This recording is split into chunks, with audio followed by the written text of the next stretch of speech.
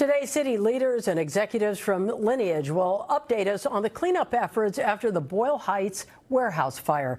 News Chopper 4 was over the demolition earlier this afternoon. People who live near this facility are still dealing with the smell of millions of pounds of rotting food, and that's only getting worse, they say, with all the heat out there.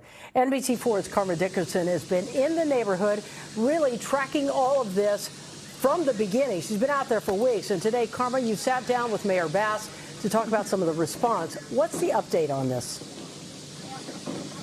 Yeah, so we talked about day 23 of this ordeal unfolding behind me. Some of the noise that you can hear going on isn't just the heavy machinery, it's the deodorizers trying to mitigate the smell, but I can tell you it is pretty bad out here. Even the mask doesn't help. So we talked with Mayor Bass about the cleanup and also compensation. At this point, what kind of grade would you give Lineage's response? Well, I'm reluctant to give any grade right now while this process is still underway. So, for example, giving Lineage a grade when we have ordered them to remove everything in 45 days, and that 45 days has barely started, I think is premature. 45-day deadline. For some residents, that seems like an eternity. On the other hand, from the fire department, when they've described the enormity of what that cleanup is going to take, they say that's an ambitious deadline. So, regardless, it's 45 days. Mm-hmm. What are you prepared to do to enforce that? Well, and monitor it daily, absolutely daily. You've called on some additional steps from Lineage, aside from the cleanup of the warehouse. Right. In terms of the neighborhoods and the surrounding communities. Right. Things like temporary housing, longer-term housing, should that be necessary, cleanup of the properties. Has Lineage responded to that at this point? We're waiting for them to respond. How realistic are those outcomes? They're realistic. Now, let me give you on the relocation, okay? Lineage is already involved in that, but separately, Airbnb has offered vouchers for people to relocate should they want to. Okay, and how are people hearing about that?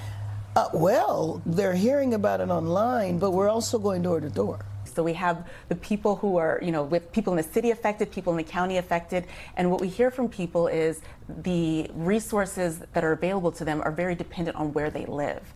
And so we've heard the city and county present a united front, but that's not necessarily what people are experiencing as they try to seek help. I agree with you. What can be done about it? All of us are ordering our, various entities to respond as a united front, but that doesn't always work that way. And so we're finding out about those hiccups right now, and we must resolve them. Okay, and an important update, actually, since we've spoken with the mayor, Lineage, just a short time ago, put out a statement saying that they are now going to be offering additional aid that's going to include relocation assistance for people who want to be temporarily relocated, also going door to door offering air purifiers, they say, and also some gift cards to help with food costs. So that's new information. This is after Mayor Bass called on them to offer some of those specific things.